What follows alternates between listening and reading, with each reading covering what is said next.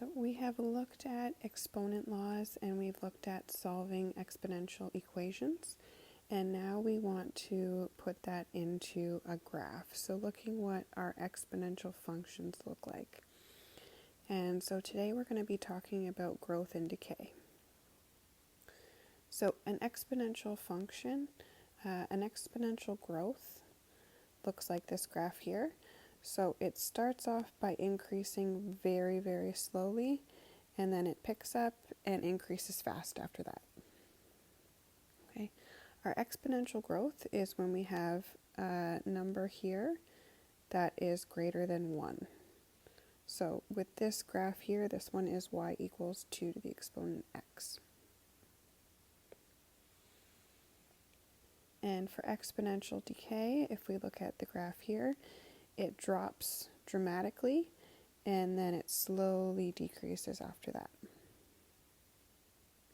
With our exponential decay, our value right here is a number that's between 0 and 1. So with this one, y equals 1/2 to the exponent x.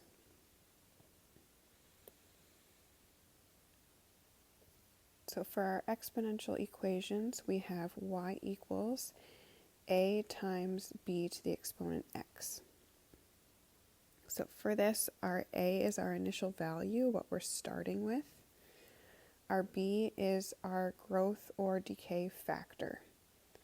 So we might need to calculate this. You might be given a percent where you need to change that to a decimal, and we'll see that through the examples we're going to look at.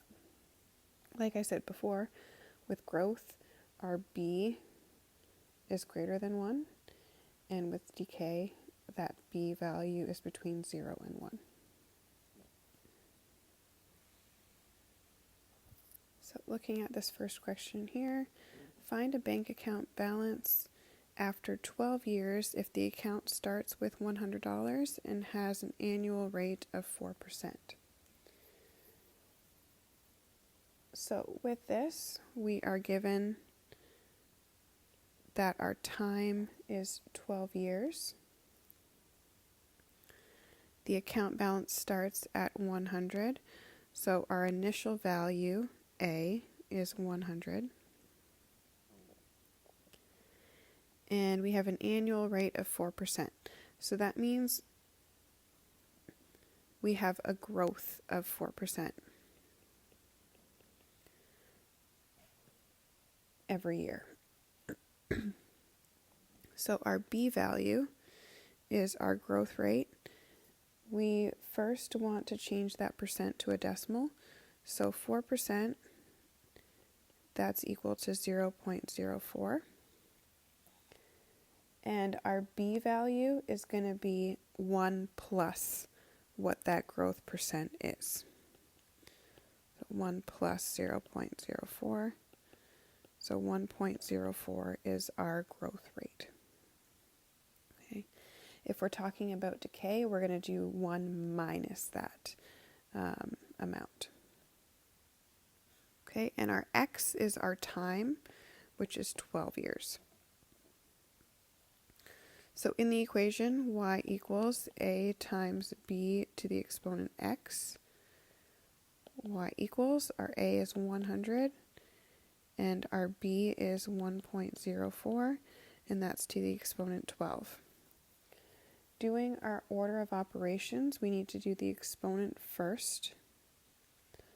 So that's 1.04 to the exponent 12.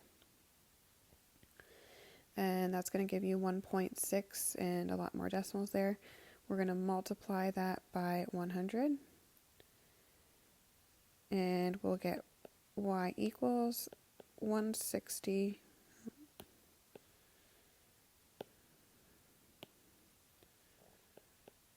$160.10.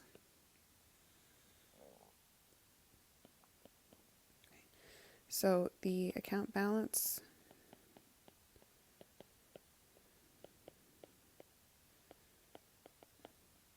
after 12 years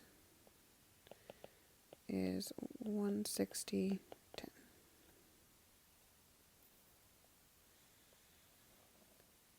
looking at another example. You buy a new computer for $2,100.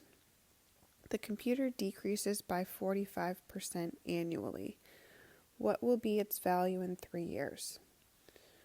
Okay, so our starting value of our computer is the 2,100, so A equals 2,100. It says it's decreasing by 45% each year, and that means we have decay. So B, we're looking at our 45%. We need to change that to a decimal, which is 0.45.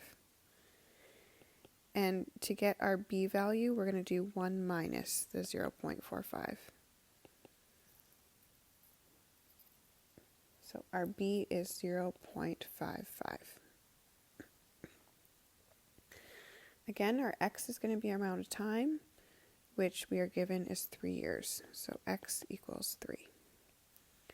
Again, using the equation, Y equals AB to the exponent X. That's 2,100 times 0.55 to the exponent 3.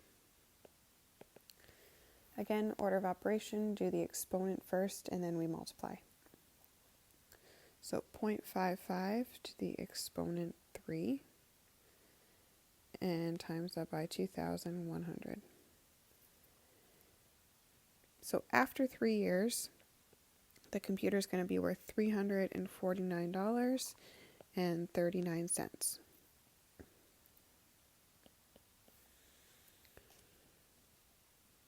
The computer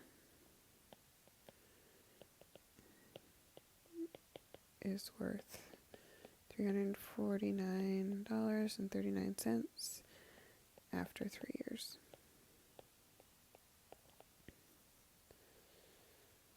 Okay, so that is our growth and decay. Using the same formula, you just need to determine whether something is gaining value or something is increasing in numbers, or it's losing value or decreasing in numbers. From there, you can find your B with a 1 plus or minus. So you're going to be doing these questions here. The answers are along the side, so you can double check your work.